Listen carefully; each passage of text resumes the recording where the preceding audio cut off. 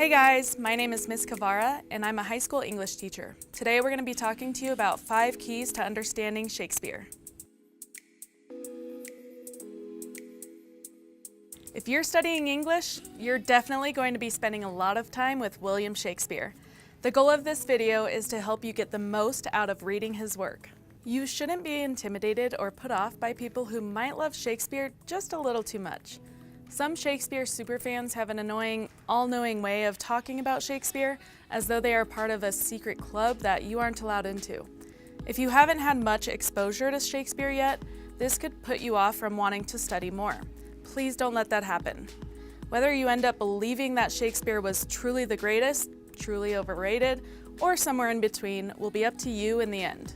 But I think there's a really good chance that the more you study Shakespeare, the more you'll find to like.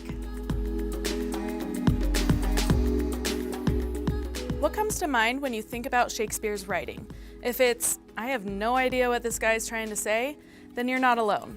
Shakespeare wrote more than 400 years ago, and language has changed a lot since then, so it can be daunting to read his plays in their original form. When you can't understand a reading assignment, doing well in the class is tough. Fortunately, there's a way to read and comprehend Shakespeare without missing out on the beauty of his original language. No Fear Shakespeare offers free side-by-side translations of Shakespeare's works. The original language is on the left side of your screen, with a modern-day English translation on the right. You can still read the plays as they were originally written, and I strongly recommend that you do.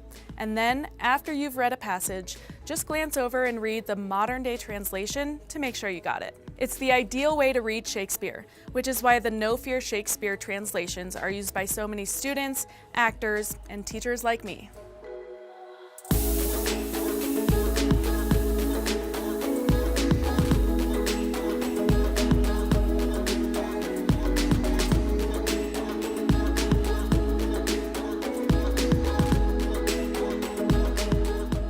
What do you think the 10 Shakespeare titles listed here have in common?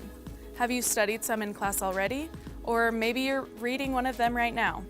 There's a really good chance of that, since they're probably the 10 most taught Shakespeare plays starting in junior high and going all the way through to college. These are plays that everyone should read. If you see any that you haven't studied yet, you might want to check them out on your own, either to get a jump start on your classmates or to catch up with them.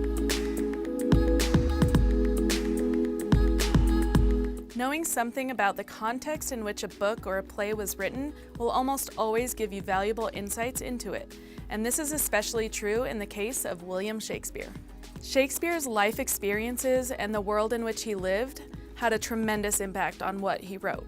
Knowing about the author and the social and historical context of his lifetime will give you a much deeper understanding into his play's plots, characters, and themes.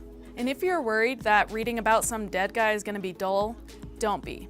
Shakespeare lived in fascinating times, so studying him is never boring. There are many places you can go to learn about the context of Shakespeare's life, but I recommend going to sparknotes.com and looking through their Life and Times of William Shakespeare materials. You'll find a concise but thorough biography of Shakespeare, as well as discussions of topics such as the influence of the Elizabethan theater on Shakespeare's writing and the role of women in England at the time of Shakespeare's plays.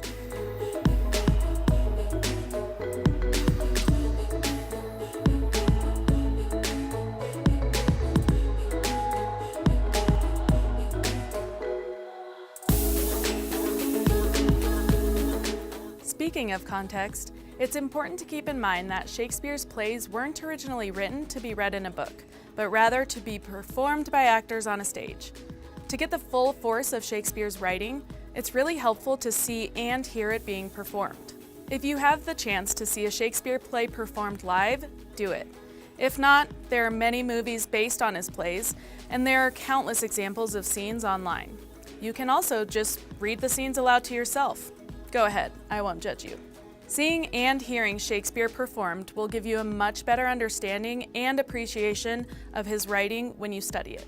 I've mentioned the Life and Times of William Shakespeare materials that are available on sparknotes.com, as well as the No Fear Shakespeare side-by-side translations of his plays.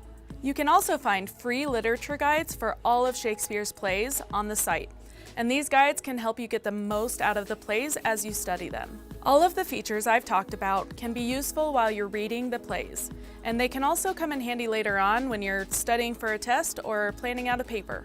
Each one offers discussions of plots, context, themes, motifs, and symbols, as well as analysis of characters and explanations of important quotes.